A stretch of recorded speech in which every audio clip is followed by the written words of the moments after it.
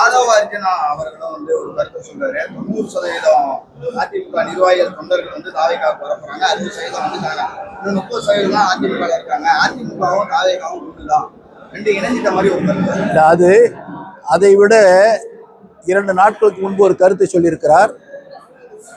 அவர் பேசுகின்ற பொழுது தாவேகாவுடன் அதிமுக இணையும் என்று சொல்லியிருக்கிறார். அவருக்கு உங்களின் வாயிலாக ஒரு எச்சரிக்கை விடுக்கிறேன்.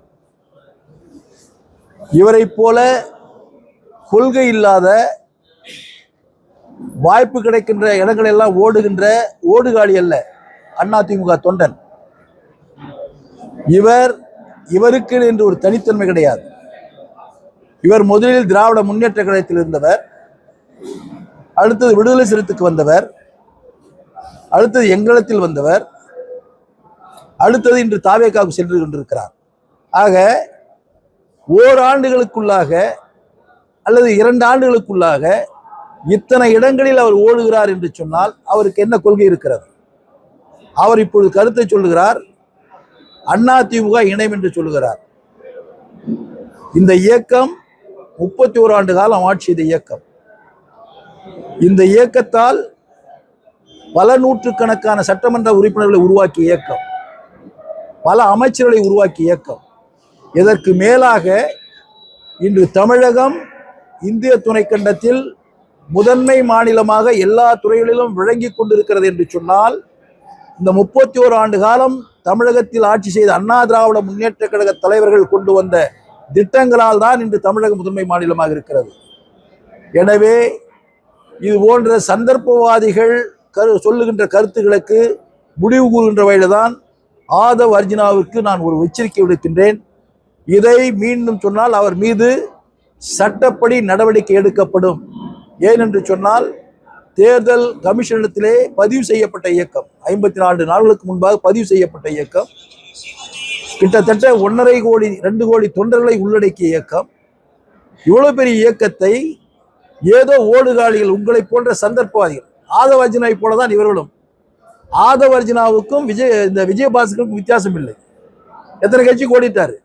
இப்ப ஆட்சியில் இருந்தே விஜயபாஸ்கர் அங்க ஓடிட்டாரு. நாளைக்கு இந்த விஜய ஆட்சியில் இருந்தா விஜய காலி பண்ணிட்டு வேற எங்கேயாவது ஓடுவாங்க. அது மாதிரி கூட்டம். அந்த கூட்டத்தில் ஒருவராக இருக்கின்ற ஆதவ அர்ஜுனாவுக்கு எச்சரிக்கை விடுக்கின்றேன். இது போன்ற கருத்தை சொல்வீர் என்று சொன்னால் சட்டத்தின் மூலம் நீங்கள் பதில் சொல்ல வேண்டிய நிலைமை வந்துவிடும் என்பதை தெரிவித்துக் கொள்கிறேன். கரூர் சம்பவம் தொடர்பாகவும் ஒரு கருத்தை சொல்லியிருக்காரு. கரூர் கூட்ட நெரிசல் வழக்கு சிபிஐ வசூலிப்பது, இது ஒரு கணக்கு வழக்கு தீர்க்க வேண்டிய விஷயம் இருக்குது. திமுக ஆட்சியில் இருக்கும்போது காவல்துறையை வச்சு 41 பேரை கொண்டு குவித்ததுன்ற ஒரு கருத்தாக சொல்லியிருக்காரு. ஆமா, அவர் இன்று ஆட்சியில் அமர்ந்து கொண்டு காவல்துறையை மிரட்டி கொண்டிருக்கிறார். ஒரு கணக்கு இருக்கிறது, நான் கணக்கை தீர்க்க போகிறேன் அப்படி சொல்லிட்டு அடுத்தது என்ன சொல்றாரு, நாங்கள் கரூருக்கு சென்ற பொழுது காவல்துறையினுடைய உதவியோடு இவ்வளவு பெரிய நிகழ்ச்சி நடந்திருக்கிறது, வேறு 16 இடங்களில் நாங்கள் கூட்டத்தை போட முயற்சி செய்தோம், காவல்துறை எங்களுக்கு ஒத்துழைப்பு கொடுக்கவில்லை என்பதற்காகத்தான் நாங்கள் போட்ட கூட்டத்தை கூட நாங்கள் கேன்சல் செய்தோம், அதனால் எங்களுக்கு கணக்கு இருக்கிறது என்று இன்று ஆட்சியில் இருந்து கொண்டு காவல்துறையை அவர் மிரட்டி கொண்டிருக்கிறார். அவருக்கு இன்னொன்றும் சொல்ல விரும்புகிறேன். ஏற்கனவே இந்த வழக்கு உச்சநீதிமன்றத்திற்கு சென்று உச்சநீதிமன்றத்தினுடைய நேரடி பார்வையில் சிபிஐ இடத்தில் இருந்து கொண்டிருக்கிறது. அப்படி சிபிஐ இடத்தில் இருக்கின்ற இந்த வழக்கை இப்படி விமர்சனம் செய்வதற்கு இவருக்கு என்ன விதமான உரிமை இருக்கிறது என்பதை நான் கேள்வியாக கேட்கிறேன். பொதுவான உங்க கருத்து என்னவா இருக்குன்னா, இவர் வந்து சாட்சிகளை கலைக்கிற மாதிரி இருக்கு, பேசுறது சாட்சிகளை அச்சுறுத்துற மாதிரி இருக்கு, வழக்கு இருக்கும்போது எப்படி பேசலாம்? அதேதான், உச்சநீதிமன்றம் நேரடி பார்வையில் அதற்கு சில அதிகாரிகளை நியமித்து வழக்கை நடத்தி கொண்டிருக்கின்ற இந்த சூழலில் இன்று அமைச்சராக இருக்கின்ற ஒரு நபர் இப்படி மிரட்டுகின்ற பாணியில் அவர் செயல்படுகிறார் என்று சொன்னால், யாரையோ எவரையோ மிரட்டி அடிமன வைத்து இந்த வழக்கை நீட்டிப்பு செய்வதற்கு அவர் முயற்சி செய்கிறார் என்பதுதான் இதற்கு பொருள்.